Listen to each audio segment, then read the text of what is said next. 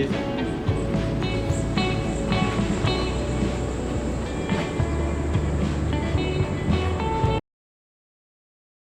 Now I know when I should leave.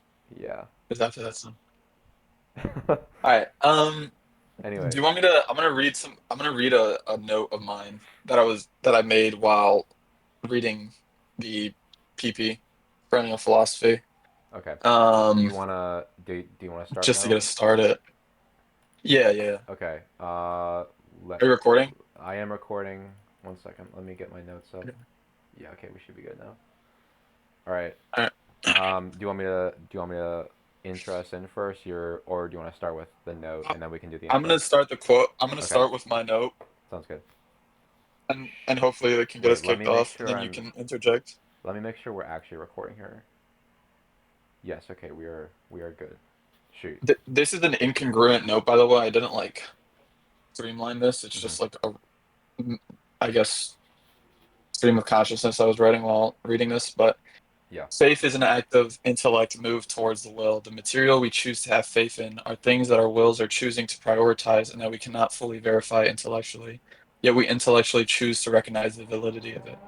Thus, to say that you have faith in something does not stake any claims of purity upon it. Rather, that what you choose to have faith in must be sound as to the priorities of your own heart. Uh, and then I asked myself a couple of questions. In my faith, what object am I creating? What belief am I holding that is creating a certain object? That's Mm. my note. Okay. All right, do you want to ask a couple questions to get us kicked off? Well, I'm Oh, gonna PP. introduce us first, and then we can get into the Mm, PP. All let's right, go. gang. Welcome back to episode 4 of the new tradition. Yes. My name is Matthew Barnes. It's my boy Isaiah Campbell right here. To my left, I guess, if you're looking at it. Or maybe my right. Enchanté. Can't quite tell. But this is episode 4. We're going to be talking about a book called The Perennial Philosophy by Aldous Huxley. And this is going to be Isaiah going on kind of like schizo rants for about however long he goes on. And then I'm going to be like, yo, stop talking. And I'm going to ask you a few more questions. And then Yeah. I don't know, we'll kind of just. All right, you want to start? Yeah, Perennial Philosophy is a book I just finished reading. I've been reading it throughout the week.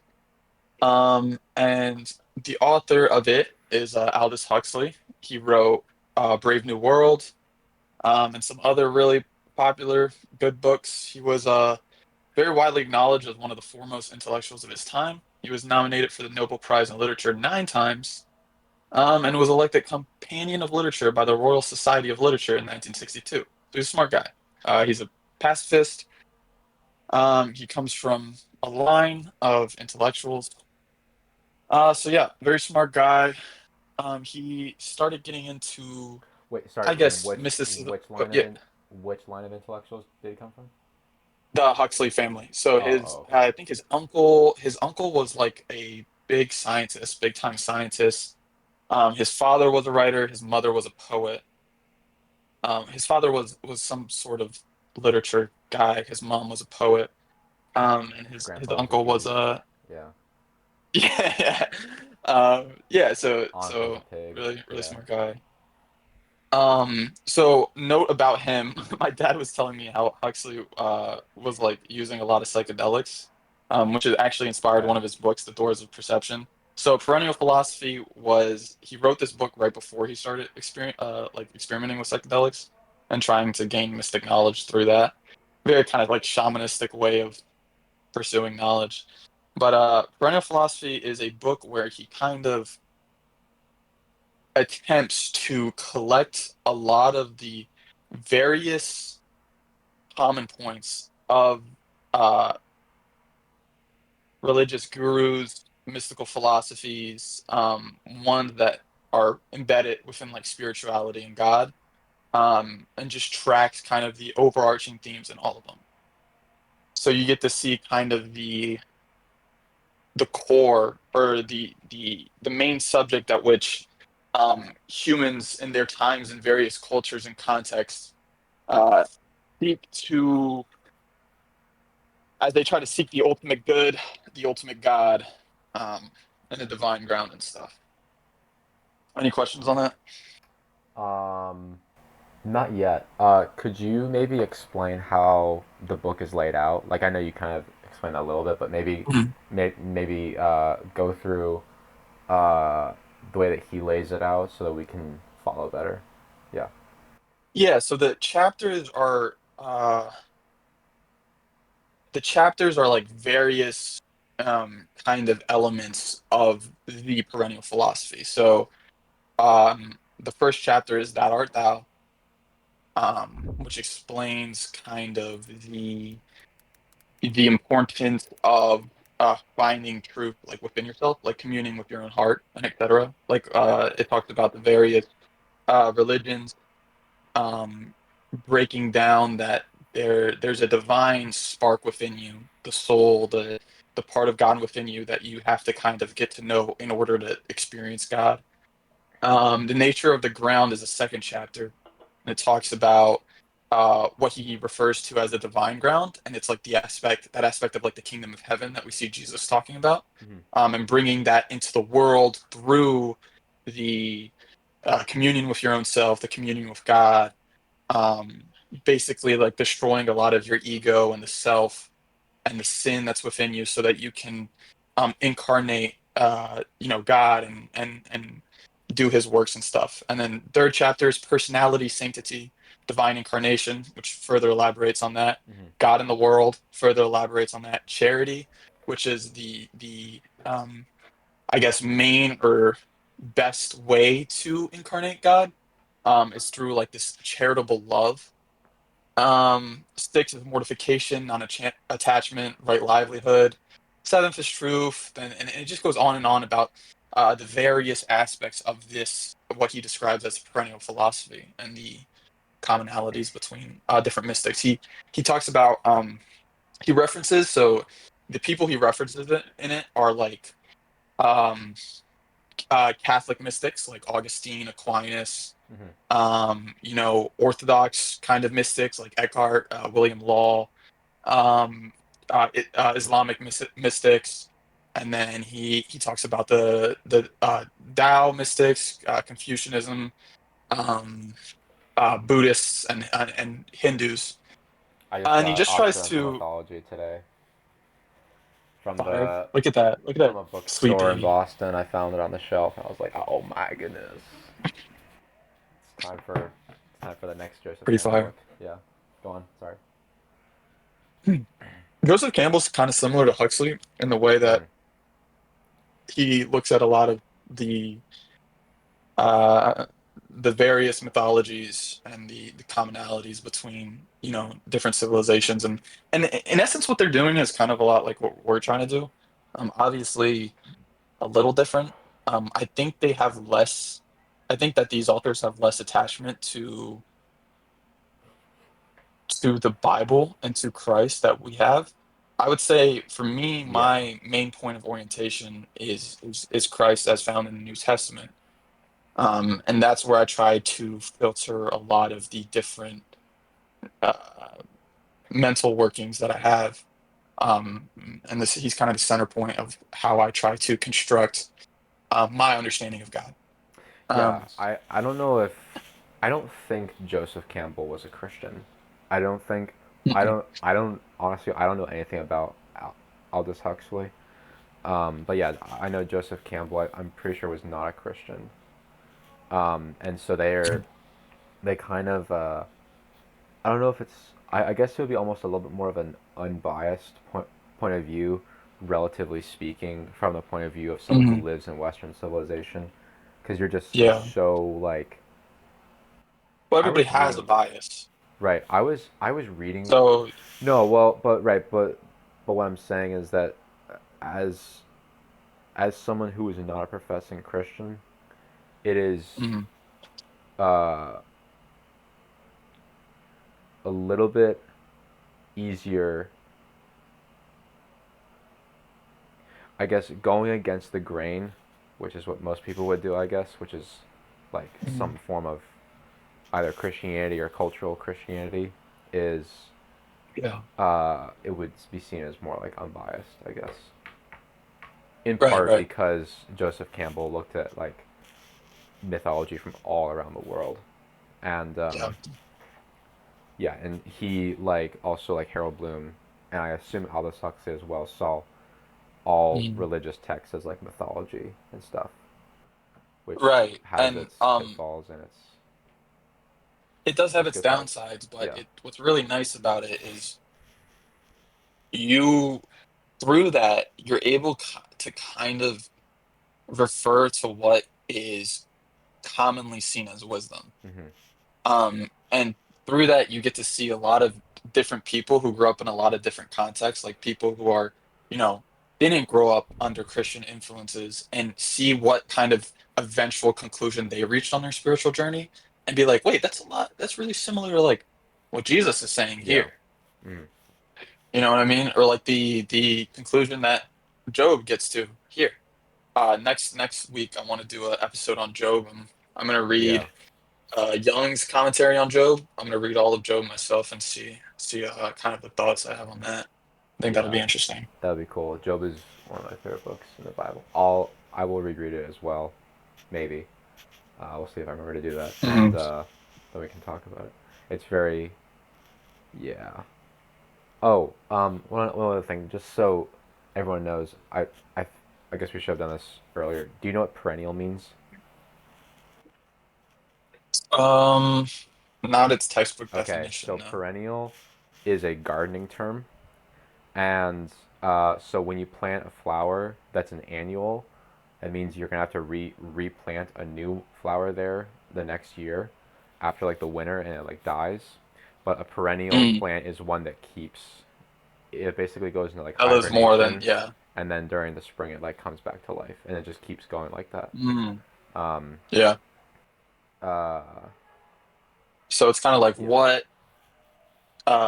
what like spiritual understandings of the world have been kept up through yeah, time hmm, and detached from kind of the temporal order of like trying to um, establish a worldview which has a direct impact on the world around us, yeah, which we can use to like our advantage through like because here's the thing is what he brings up a lot is how a lot of these great scriptures, when taken in just their sole being, can be used um, as methods of like evil.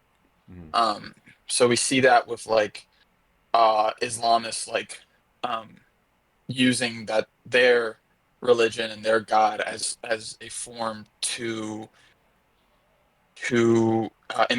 inflict power games on the people around them. And it's the same hmm, with Christianity and like the Protestant and Catholic whole killing each other and stuff is when you have this kind of sole idea of the incarnation of Christ, if you have this one stance which you refuse to depart from, where you're like, this is my full understanding of God, hmm, you can cause a lot of harm out of that. yeah, And that doesn't mean like everybody does. Like a lot of people don't, because a lot of people aren't built in that way where they're like, oh, you know, I need temporal power. But they kind of do it in a micro way. They kind of seek to kind of forcefully subject a lot of people to their ideas of like heaven and hell and hmm, salvation and et cetera, et cetera. Like we see Christians think that they because of their diminutive view of like God and heaven and hell, they think that anybody kind of outside of that line who doesn't like recognize Christ as God and he died and rose again, like they can't make it to heaven. And it's like I don't know, like is that true? Is that not? I yeah. I have a lot of doubts on that personally. And I think that's like what we were talking about on the phone too earlier. Is that it's because like Mhm. it's coming from like one understanding of like what heaven and hell is Yeah. that's been that is so common, Mhm. and when you read the words on the page like that for so long, and you've been taught to think this way for so long that they can only mean that to you, and you Right. have to kind of like you have to step back outside of it and Mhm. figure out if there's other ways to read that, which is an Yeah, because issue. here's the problem with that is it makes it justifiable to like do things like uh conquer other people Right. or other stuff like that because you're like, no, wait, I'm saving them in the long run. Like, Yeah. this is me giving them salvation in the long run because I'm the only one who can offer them salvation. My belief system is the only thing that can make them live forever. And I think Huxley kind of argues like even your idea of like living forever is wrong. It's like a sin almost. Hmm. Um, because it kind of goes against like the way God created the earth. Like we were talking about with Mm-hmm. like our Garden of Eden stuff, like death is a natural part of life. Yeah. Um, and the sin that Adam and Eve bring into this world is the sin of wanting to live forever in the spiritual sense. Well, no, in the mortal sense, In the and so they physical lose sense. sight Yeah. of the spirit in the physical sense, and they lose sight of the spiritual immortality. Yeah. And so, in the same way, heaven as a concept is very attached to the idea of physically living forever, not physically in the sense of like our mortal bodies, but our like personalities and Mm. ourselves living forever. Like when I die, I'm gonna see all the people I loved, and I'm gonna be myself, and we're gonna live forever in a mansion in heaven. Yeah. And it's like that's a cool belief, but it's like, is that true? And does it need to be true? I don't really know. These are kind of the questions I'm asking myself because it seems like when I go in that line of thinking, so if I'm like, all right, I'm attached to this idea of heaven, then it almost prevents me from really knowing God fully or getting to know a grander God than just like, oh, like if I say my prayers and if I believe in a certain God, then I can have this specific outcome. And I think that limits our contact with like the creator of the universe and like this grander Yeah. idea of God who's present in everyone. Because Well. if Yeah. if God is with everyone, if there is a spark within us that speaks the language of God, then people throughout their lives can reach that through more than one way. And that's not saying that there's a narrow path to heaven, right? There's a many are called, few are chosen. You know what I Mm-hmm. mean? So there's a very narrow path to eternal salvation. But once we establish our salvation as a certain something that is not really unified, then we just start causing destruction Yeah. and So we start doing really bad things. so the question is, what is that narrow path that leads to salvation? Mhm. Because that's the thing that people Right, and get that's what hung up Huxley on. tries to answer in his book. Okay, cool. Yeah, so we'll get to that in a minute because that's like something that people get hung up on when Jesus says, "I'm the way, the truth, and the life, and no one comes to the Father Mhm. except through me." That's the thing that people Mhm. get hung up on. And my question is, okay, is it actually like the physical in the sense that you were talking about physical Jesus, or is Mhm. it the way that he's showing us is the only way to get to the Father, and he's showing us the way. Mhm. And so, to go back a little bit further, what you were saying about what was it? It was about people's conceptions of like eternity and like what it's going to Mhm. be like. Is that's kind of what we were saying before about like reducing God to a philosophy instead of seeing him as like an actual human being, or Mhm. not like human being, but rather like Right. a being which has inconsistencies. Again, Is the not that problem inconsistencies are bad, but that's that's right. that's part of what makes him real. The problem And that comes within this kind of very limited view of God is it does allow you to live a life that is pointed towards God, but the ideology itself can be used by so many differing forces and by bigger signifiers of one pointedness. Like for example, we see Christianity nowadays used as a political tool. Mm-hmm.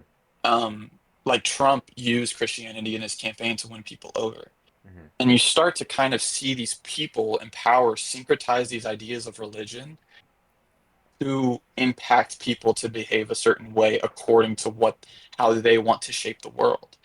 And you, as a person, if you want to be walking with God, you should be seeking to bring heaven on earth and bring God's will on earth. And you can't really do that if, in the end result, you're just bringing other people's wills on earth and their ideas So what do of you mean? uh, reality on earth.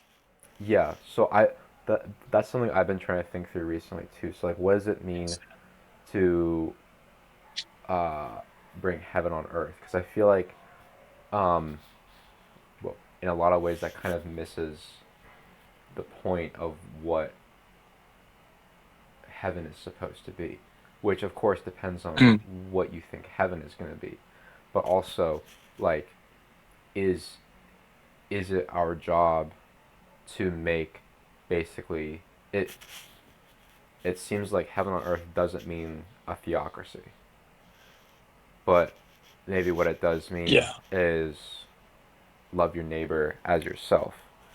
And so is heaven on earth like a global thing, like a political thing, Mm. or is it more like Well, fellowship, like what you know mm, the fellowship? So. heaven, so heaven on earth can be used as a political thing. So you see political ideologies kind of establish a form of heaven on earth. So they say, this is what heaven on earth looks like. Hmm. Uh, no abortions. This is what heaven on earth looks like. Um, uh, a certain way to interact with our fellow men. And the only real answer to heaven on earth is the ministry of Jesus, or the ministry of various um I guess uh people who've reached this understanding of the divine ground and how to interact with their fellow beings. So I'm gonna read you a quote of Saint Francois de Sales. When you are walking alone or elsewhere, glance at the general will of God, by which he wills all the works of his mercy and justice in heaven, on earth, under the earth, and approve, praise, and then love that sovereign will, all holy, all just, all beautiful.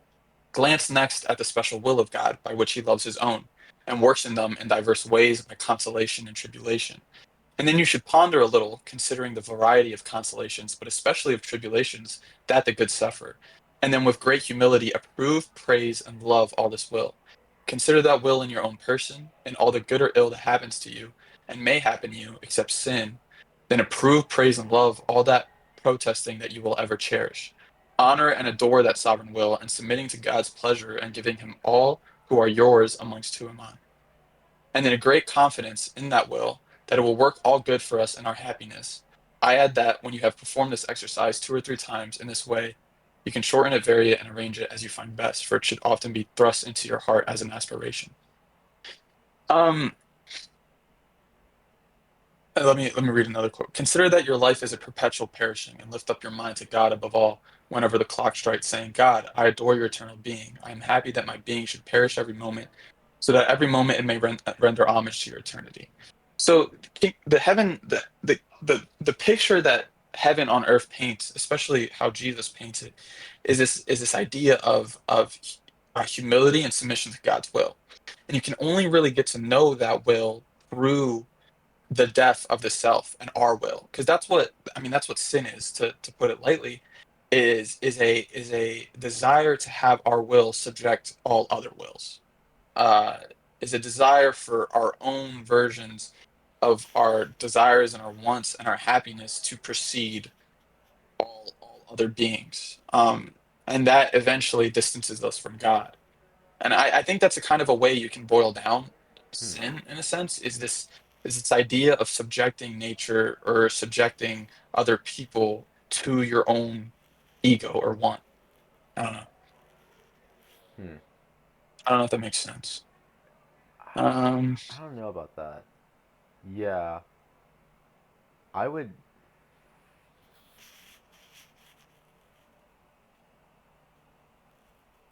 I would. I think I might argue against that Go with ahead. what um,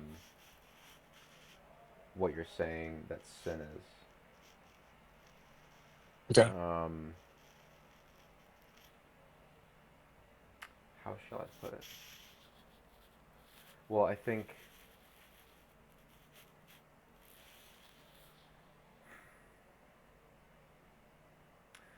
yeah, because like you're trying to. That's such a weird question to ask. Like what is sin? Because it's like you don't. Can I answer that People have been with trying another to quote? people. All right, sure, yeah. In all the possibility of things, there is and can be but one happiness and one misery. The one misery is nature and creature left to itself. The one happiness is the life, the light, the Spirit of God manifested in nature and creature. This is the true meaning of the words of our Lord. There is but one that is good, and that is God. Um, What is nature in that quote? Nature in that quote. Is that like Well, nature and creature is kind of like the creation. okay? So creation left to itself, I guess, is a misery. So we see that when we are left to ourselves and our own devices, and our own like interactions with reality and our judgments on it, that there is a sort of misery and suffering that comes out of that. When we ignore kind of like a divine principle or like working of things. You know what I mean? I do know what you mean. I don't think I buy it though.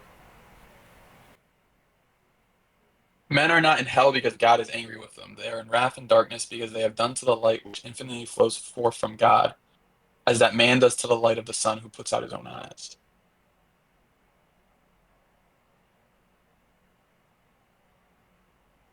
Hmm. Do you ever like? I mean, I think one of the definitions of sin that Christians use a lot is like separation from God.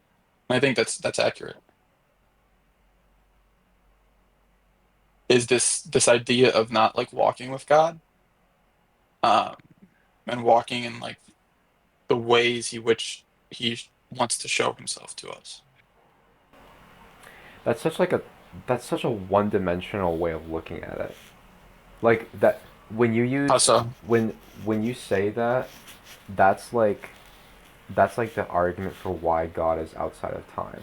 That's like the same argument because it's like if you if you're separate from God and God is like outside of time, that takes away the idea of like change or like time as described as like But people the thing is, before like God, physics God, showed God us. is both. I think in various texts it talks about the God within and God without. Like he's almost both at the same time. So in a sense, God is outside of time, but he's also within time because he's within each of us who are in time. Does that make sense? Yes. Hmm. That makes more sense, right? That's a great Okay. argument actually for that. Never thought of that. Yeah, Mhm. well, okay. So, sorry, I going back to Joseph Campbell in Occidental mythology, that was kind of what the last like the very last chapter was about was uh the development of the idea of God in Western civilization has gone from the oldest, corners of civilization through the Levant and now Christianity, Islam, Judaism in Western civilization. And now, recently, probably with the death of God that like Nietzsche was talking about, because he ends the book with a quote from Mhm. Nietzsche. He talks about how uh, Joseph Campbell does. He talks about how God, people don't conceptualize. Okay, we do still kind of because the major institutions are still institutions of religion are still teaching us that God is like kind of like out there and like Yeah. he's like the wind and all that. But what Hmm. the human heart and mind I think is coming to realize is what Joseph Campbell says is that God is found within, and Mm. not to say that you are God, which I think is probably incorrect, Yeah.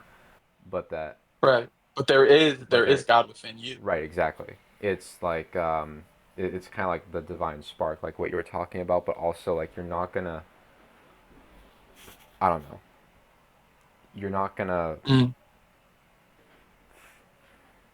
you're not going to experience God by looking at a tree. You're going to, yeah. you're going to experience Him by searching your own self and realizing. I'm not sure what you realize yet, but comes from within. I haven't thought about that too much, but I'm starting to think about it more. Yeah. So yeah, it's definitely something. It's very cool, and I I think think I think that we're kind of going towards that direction, which is where mhm, the I think probably the development of social media is kind of killing religion. I think in a lot of ways, institutionalized mhm, religion at least, because mhm, I think our generation definitely is looking at this and being like, wait, what is what is religion doing on social media? I think not like we're questioning what that is, but like the fact that it's there, I think instantly like delegitimizes it because all of a sudden mhm. you're putting the church on the same level as Logan Paul, and it's like, dude, what are we doing now?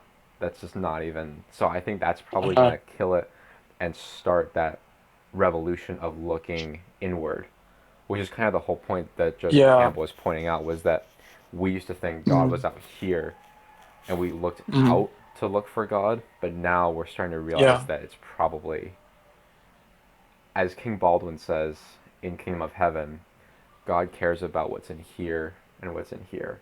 Mm. Yeah, so that's probably I think one of the main reasons for our kind of our struggle to interact with this this grand God is the lack of our language and the lack of the terms and words that we use. in English. Nobody's invented like a spiritual math yet.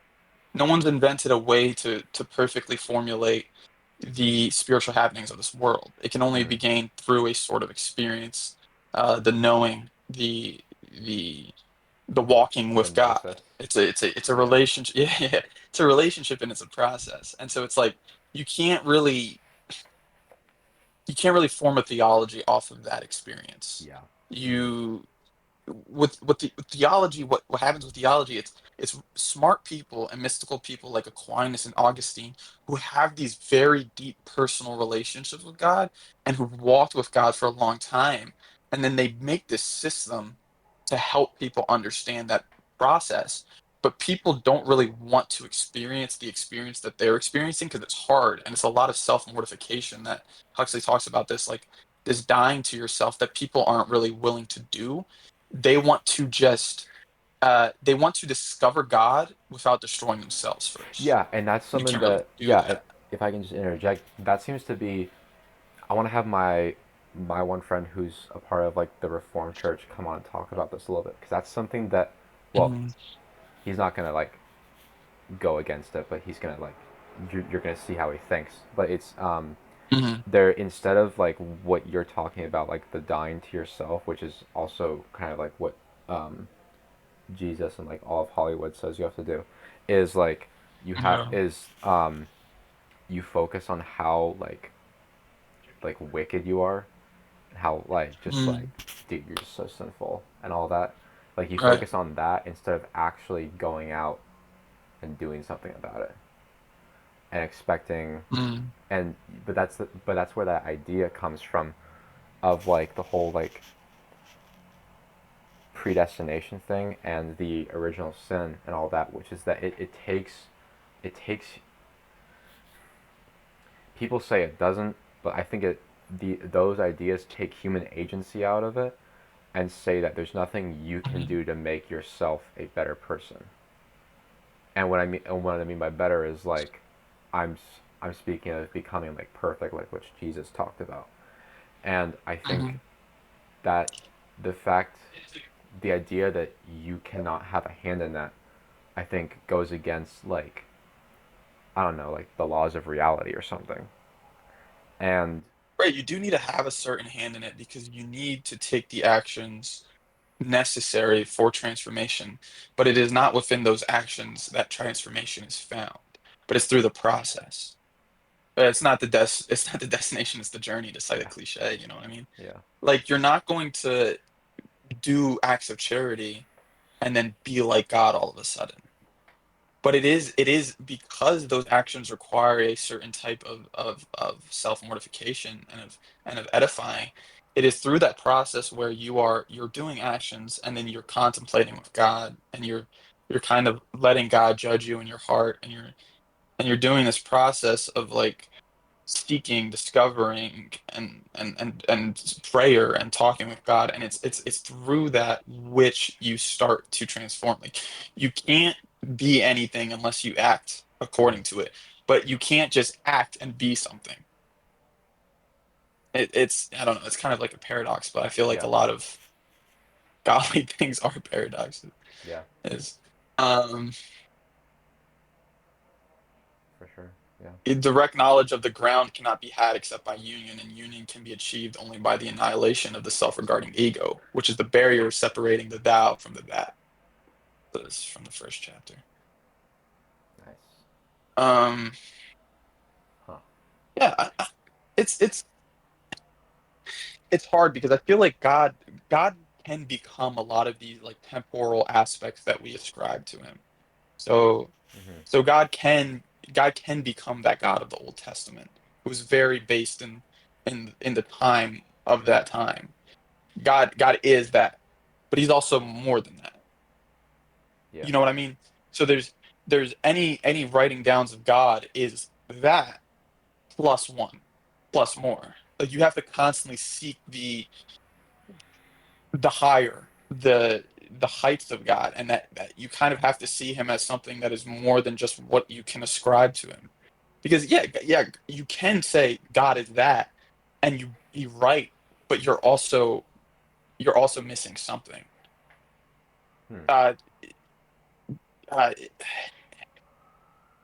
it's like it's like when you look at the sea, you look at it and you're like, I see the bottom, and technically you do, but it's only going in the sea. It's only jumping in when you're like, holy smokes, I have no idea where the bottom is.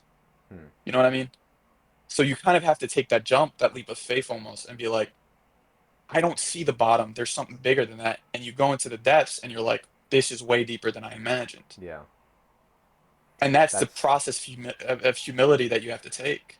yeah. That's kind of the. There's a parable. Sorry to cut you off, Mhm. but there's a parable where it talks about like these ships on the sea, and then the ships sink and everybody dies, and the planks the ships are kind of meant to symbolize religion, and then the planks sink, and that's meant to symbolize like theology and stuff. And it's only the people who throw themselves off the ship who survive Hmm. and who see these depths almost.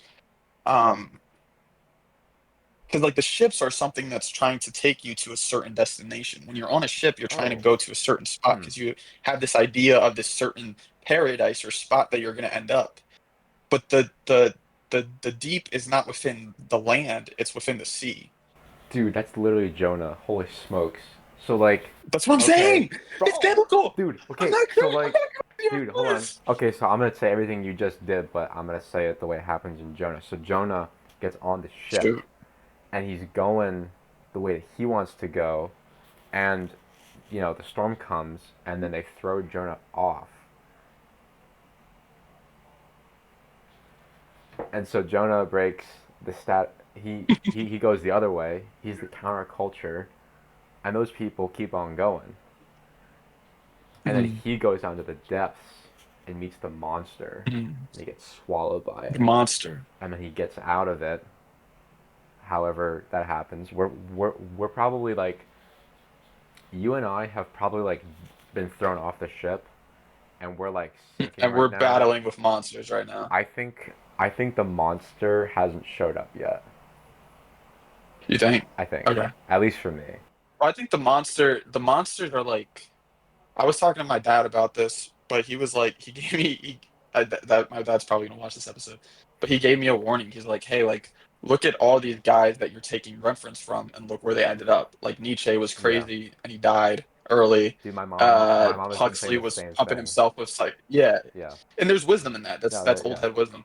Um, and and it's like I was like, well, if you see these guys in ends of themselves, obviously you're gonna end up like them. Right. But if you see them as means to an end, to a greater point, to a deeper level, then you can kind of transcend that. And I don't know if that's necessarily true. It's like Yeah. you have to battle with the monster. I can't know unless I battle with the Right. monster. It's like a fight that you're just like you just got to go back to it. And you got to like fight it. And it's only with God that you can conquer that monster. But then what happens is you get out of the monster and you still have to go to Nineveh. And so you cross the desert. No, Oh, no, no, no, but it gets better though. You gotta get to Nineveh, and then you're like, all right, everything makes sense. All right, now, all right, now God, show me that I'm right, you know? And then God's like, mm, here's a gourd. you gotta go talk to them. God's like, actually, you can't smite them. You have to go talk to them. Yeah, You're like, and oh then crap! I have to do action now. right, and then it gets even better because after that, you you leave the city and you go up on the cliff and you're waiting for God to just like smack them, and you're like, yo, God, where is the reckoning? Where's the smack? And then he's like, here's a gourd, and it's like, what? What are we doing now? What happened? Yeah, and so that's What probably happened? No. yeah. So yeah, we're probably sinking Good right now. stuff. Yeah, you like that? I think Yeah, I'm definitely sinking we're right probably now. I've been sinking sinking right for a now. couple of years. Yeah, I started sinking. I think I got thrown off the ship while I was arguing with my friend about predestination, like last year. That'll do it. Yeah, and I was like, I realized that this is well, it's interesting because I've always kind of like had these like I think since like high school I've kind of had these thoughts that things quite weren't quite what I was told they were, and then I Mhm. found someone who wanted to argue it with me, and then I was like, oh wait, this is actually not at all what I thought it was. And then I started reading into it, and you realize that most of like religion and like history is just people calling other people heretics and Mm. like burning them at the stake. And Yeah. I won't say more often than not because that's probably not true, but a few of those times when they're burned at the stake, they're usually the ones that are probably right. And Yeah. Or at least that become right in the long run. yeah, Um, what's the Kendrick Lamar lyric where it's like, the one in front of the gun lives forever. yeah, The sit one in down, front of the gun lives forever. be humble. Yeah. Yeah, Yeah, that I guess that one too, yeah. yeah. So, anyways, Right. perennial philosophy. Very good. Let me read another quote. So to talk about this kind of references the depth thing we were talking about. The simple, absolute, and immutable. This is a quote from Dionysius the Areopagite, who was a early time Christian. He was like right after Saint Paul, or like Hmm. at the same time as Saint Paul. Yeah. The simple, absolute, and immutable mysteries of divine truth are hidden in the superluminous darkness of that silence which revealeth in secret. For this darkness, though of deepest obscurity, is yet radiantly clear. And though beyond touch and sight, it more than fills our unseen minds with splendors of transcendent beauty. We long exceedingly to dwell in this translucent darkness, and through not seeing and not knowing, to see him who is beyond both vision and knowledge, by the very fact of neither seeing him nor knowing him. For this is truly to see, to know, and through the abandonment of all things, to praise him who is beyond and above all things. So this is not unlike the art of those who carve a lifelike image from stone, removing from around it all that impedes clear vision of the latent form, revealing its hidden beauty solely by taking away. For it is, as I believe, more fitting to praise him by taking away than by ascription. For we ascribe attributes to him when we start from universals and come down through the intermediate to the particulars. But here we take away all things from him, going up from particulars to universals. that we may know openly the unknowable, which is hidden in and under all things that may be known, and we behold that darkness beyond being, concealed under all natural light. Hmm. What do you think about that quote? I think that reminds me of that song, "This Little Light of Mine, I'm gonna let it shine." That's what I thought of Yeah, initially. No, yeah. that's very interesting. It's like it's uh, it's kind of like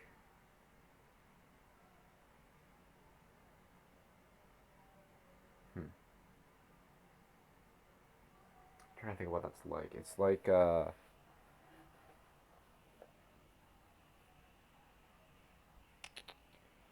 um,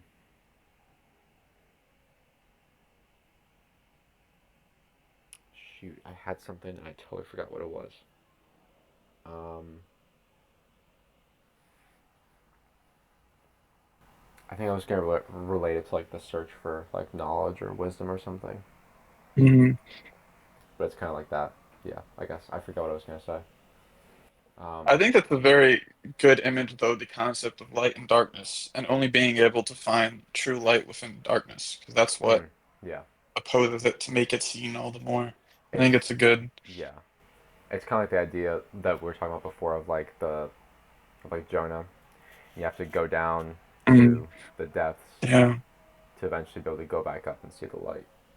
Because like if you're always Mm, sitting in like the light, the actual light is okay. Yes. So here we go.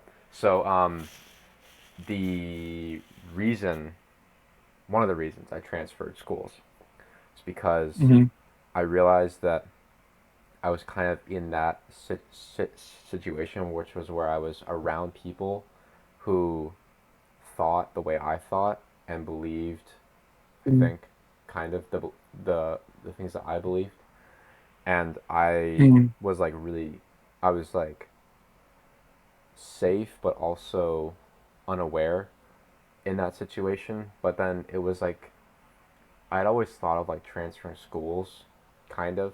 There were like 3 or 4 times I had thought about it, which is kind of a lot actually. Um, but anyways, but then I started arguing with my friend, and it was like kind of the end of that argument that I realized I didn't know what I believed, and I didn't think I was mm. gonna learn anymore by staying in the same place. Like I had to go Yeah. to a new place, and now I'm in Boston.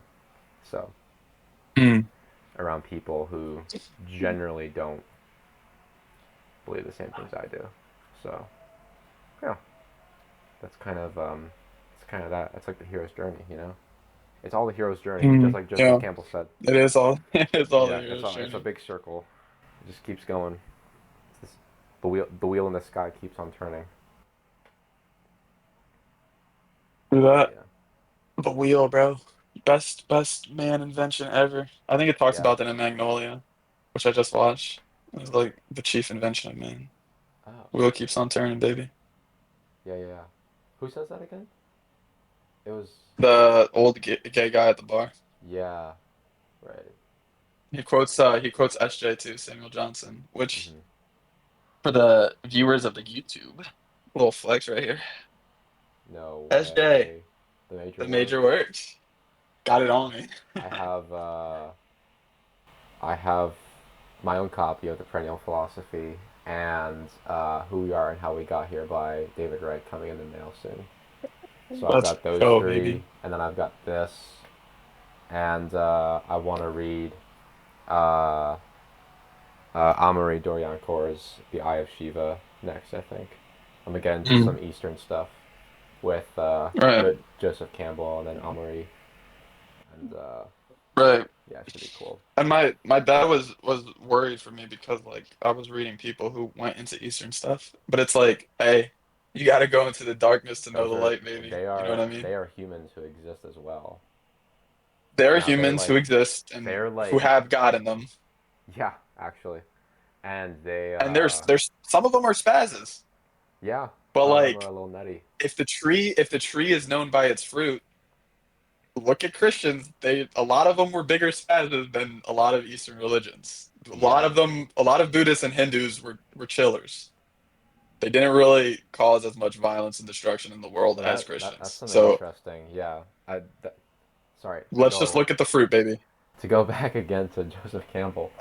Um, that's something he said in Occidental mythology, which is that he said if the blood of the martyrs, if the church was truly based off the blood of the martyrs, we would have a much different church in the world today than we Mm. do. And basically, he's saying that if people, if the whole world, no, if Christians actually lived out what they believed, we would still be in something relatively close to the early church. Probably not because, you know, it was going to be institutionalized eventually, like what we were talking about earlier. But yeah, that's kind of that. A little Eckhart quote for you guys. When is a man in mere understanding? I answer, when a man sees one thing separated from another. And when is a man above mere understanding? That I can tell you. When a man sees all in all, then a man stands beyond mere understanding. What is the all in all? God. What's that? There's a song that's like, you are my strength when I am weak. You're the Oh yeah, treasure that I seek. You are my all in yeah. The church that my all. family goes to sings that one pretty regularly. That's a Pretty good much, song. yeah. Pretty good song. Hmm. So yeah, Yeah. are we wrapping up to an hour right now? We can wrap Are we getting up. I close? think we're at like We 50 don't minutes. have to if you want to touch on some more No, I'll be stuff. honest with you. I don't. Is there anything else that you had for the perennial philosophy? It's kind of hard summarizing a whole book in like one thing. Um, Yeah. Lift the stone and you will find me. Cleave the wood, and I am there. yeah. It's a little cool quote from the Gnostic Book of Thomas. Become passerby. Yeah. Do you want me to read you my Goodreads review of Perennial Philosophy? Okay. Yeah. Just for a fun little. Hold on, let me find it. I wrote this today as I finished it. Mm. I don't know if it's any good, but it's mine, so it has to be cool. Um, this book can be sufficiently described as nothing other than an invitation to contemplation. Huxley takes the voices of many spiritual leaders of their times and using them invites the reader to go on a similar journey. Although Huxley's main points are self-evident, many seem to misinterpret his writing as offering a sort of salvation, and really he does nothing of the sort. Huxley inspires the reader to embark on a path to salvation, one that is hidden behind the smoke and mirrors of today's society. Nothing else but humility and a mind and heart attuned to meditation can prepare someone to fully enjoy this book. Huxley eloquently amasses a portfolio of amazing thinkers and helps centralize one's thoughts and guide one toward a path of one-pointedness. If you are earnestly on a spiritual journey or just trying to understand more of this world's history and patterns, I cannot recommend this book enough. Is that a good review? Was that tough? Yeah. That was Is a TS review of it. tough? Yeah. One of the reviews of all time. For sure. Yeah. Um. Yeah. I'm sorry I don't have more. I like. I'm not at like camp of the woods, like in nature, where my thoughts just kind of like run, and I also haven't read Yeah. like all of the good, cool new stuff I had to talk about was last episode, so I didn't really have anything Mhm. this episode. And I also just moved into Right. That's college fair. for senior year, so I'm Uh, like all over the place. Don't feel self-conscious, bro. It's okay. Yeah. Um, Next week I'm gonna do a lot of reading on Job, and we're gonna talk about that. all right, cool. I'm gonna That's cool. start reading Oriental mythology, and That'd be good. we're gonna see if I can. It'd be kind of crazy if I knocked out like 500 pages in a week, but I don't think that's gonna happen. Um, Light work, baby. I'm probably, yeah, right. I'm probably gonna get to a point, maybe not this semester because I have lots of stuff I have to do, but I'm gonna get to a point eventually in like the next few months where I start to knock out like a book a week. I think. Not that I want, Yeah, that's not what that I like I've been want on. to, but I think that's gonna happen. Bro, ever since I finished the Western Canon, I've been reading so much faster. I think it's because like Like I did not think I was gonna knock out the Perennial Philosophy in a week since it's like such a how many pages is it? freaking dense Is it book. It's like 330. So it's not a lot, but it's dense. yeah, like 300 pages. I've been reading The Discoverers at the same time too. Oh yeah. I found a book in the one bookshop today that was the writings of Daniel J. Borston. I was like, oh, what is this? And it's just a bunch of excerpts from his books. So it's like a bunch of Oh, chapters nice. from the discoverers, the It's like his creators. best of. Yeah, and then like a Nice. bunch from like his Top series top on. Daniel J. Borston hits of all time. He has a whole series on American history called The Americans, and it's like 3 or 4 books long. Yeah, I'm gonna get to those eventually. Might be the next read, dude. Yeah. Yeah, I have to read I have to read through some of the Western canon here. Don't mind the Brandon Sanderson books on the side. nice. It's my, but Oh, you have I the have a lot Don of Quixote. Nice. Yeah, I have a lot of Western canon stuff to get through after I'm done Job. cool, My I think after Job we should hit like Shakespeare or something. dude. That would be great. Yeah. What are we gonna talk about? This? Oh wait, I should stop recording. By the way. Yeah. Um. You want to give them an outro? Thanks for watching. Come back. It's whenever we do the next episode, and we'll. Yeah, put the notifications on or whatever. The next episode should be more lively and interesting. Yeah. I'll have more prep. I'll have more prep. Yeah, we kind of just winged it today a little bit. Um, Yeah. since I just moved into school. I think we had some good stuff Yeah, though. we did. Yeah. We had the whole depths thing. Yeah, That was we did. good. That We was good definitely did. improv. I got excited for that. Yeah. All right. Easy. Yeah, I could see your eyes lit up. All right, bye guys.